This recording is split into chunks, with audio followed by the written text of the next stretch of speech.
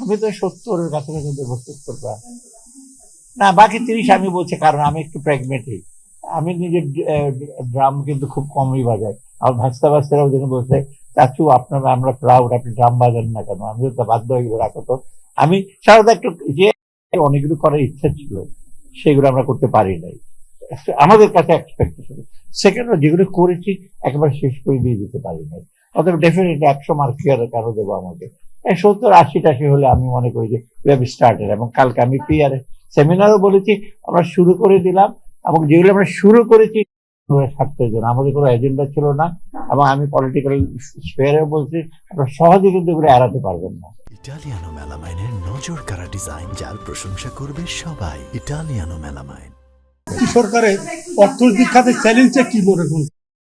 Main challenge তো একটা challenge তো হলো আমাদের যেটা এই বাণিজ্য অ্যাক্টিভেট করা। ব্যবসা বাণিজ্য যদি ইসে না হয়, এমপ্লয়মেন্ট আসবে না, যেটা সবচেয়ে বড় আমাদের একটা বড় চ্যালেঞ্জ। এবং এমপ্লয়মেন্ট না আসলে লোকজনের আপনার কি পারচেজিং পাওয়ার একটা ডিফিকাল্ট হবে, এইটা একটা সবচেয়ে বড়। আর বাংলাদেশ কিন্তু এখনো ইন্ডাস্ট্রিয়াল বেস কিন্তু খুব কম, আমরা ডিপেন্ড করি কি এক্সপোর্টের উপরে।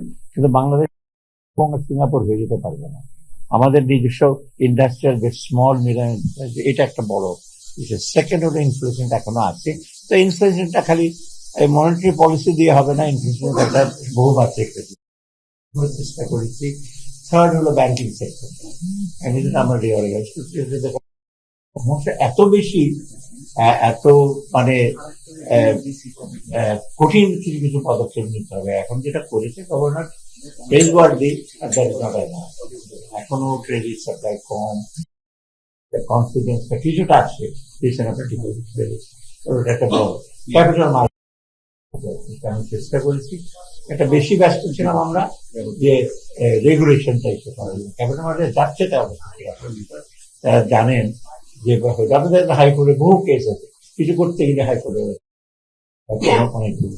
অর্থাৎ ক্যাপিটাল মার্কেট আমি মনে করি এটা যদি ডেভেলপ না করি, ব্যাংকের উপর ব্যবসা বাণিজ্য সব দেশে কিন্তু equity participation, share market, Bangladesh তো প্রাইভেট সেক্টরে বন্ড মার্কেট, ইন্স্যুরেন্সটা একটা আরেকটা খুব সেন্সিটিভ ইস্যু। আমি চেষ্টা করেছি সুবিধা তেমন না, ইন্স্যুরেন্স ভেরি ইম্পর্টেন্ট।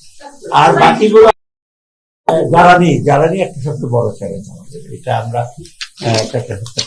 ভবিষ্যৎটা প্ল্যান করেছি, কিন্তু জানার জন্য আমাদের দরকার সোর্স ড্রিলিং করা।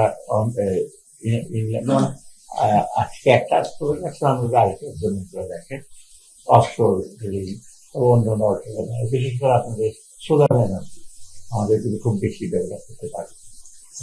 আপনি দায়িত্ব নেওয়ার পরে পাঠান হওয়া অর্থ ফেরানো নিয়ে যে তৎপরতা সরকার দেখিয়েছিল, আসলে কোনো ফল আমরা দেখতে পেলাম না। আরেকটা জিনিস, ক্যাবিনেটে আজকে সব উত্তর দিতে হবে, আরেকদিন আসেন আমরা কথা বলবো। অবশ্যই যাবো স্যার, নিশ্চয়ই তোমরা যাবো স্যার। আপনি একটা সম্পদের হিসেবে দেখছেন কিনা, আপনার অন্যান্য সহযোগিতা ক্যাবিনেটে জমা দিয়েছেন কোনটা? সম্পদের হিসেবে। আচ্ছা, সম্পদের হিসাব প্রথমটা হলো যে অর্থ পাচার করাটা আইডেন্টিফাই করে, কিন্তু ডিফিকাল্ট, কিন্তু আপনার জানেন প্রসেস গুলো।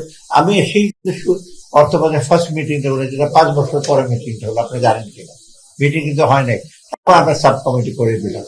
তাহলে অর্থ পাচার করতে প্রথম তথ্যগুলো দিতে হয়, আমাদের দিক থেকে অ্যাকশন গুলো না নিলে, বাইরে যখন রিকোয়েস্ট করি তখন বলে তোমরা কি করছি প্রসেস গুলো, আর বাইরে থেকে আনা কিন্তু মিউচুয়াল লিগাল অ্যাসিস্ট্যান্স কমপ্লিকেটেড না, অনেক ফর্ম সই করতে হয়। এবং কিছু কিছু দেশে তারা নিজের ভাষায় বলে, যেমন জাপানে যদি আপনি কিছু করতে চান, জাপানিজ ভাষায় ওটা অনুবাদ করতে হবে, হঠাৎ করে আমাকে বর্ণনা করতে এটা তো এমনি দিলে চলবে না।